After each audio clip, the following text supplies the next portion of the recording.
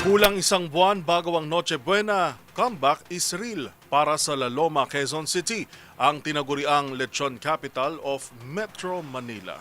Kasabay nito ang muling pagbubukas ng ilang lechonan matapos tumalima sa safety at standard protocols ng LGU at Department of Agriculture. Ang good news na yan ihahatid ni Rovic Manuel.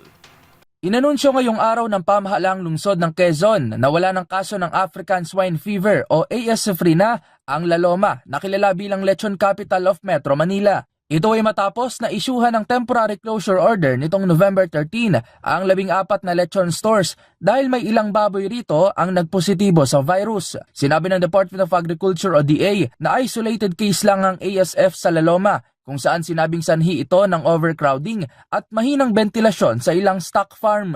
Ayon sa QC-LGU, kasunod nito, araw-araw na silang nagsagawa ng disinfection sa loob ng isang linggo ang mga naturang establishmento katuwang ang City Veterinary Department at ang QC Health Department.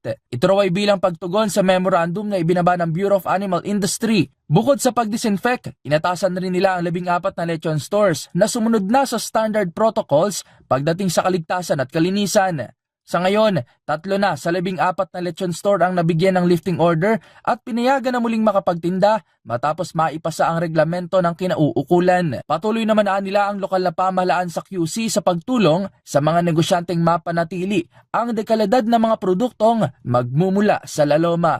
Para sa MBC TV Network News, ito si Rovic Manuel ng DZRH TV. Una sa Pilipinas, una sa Pilipino.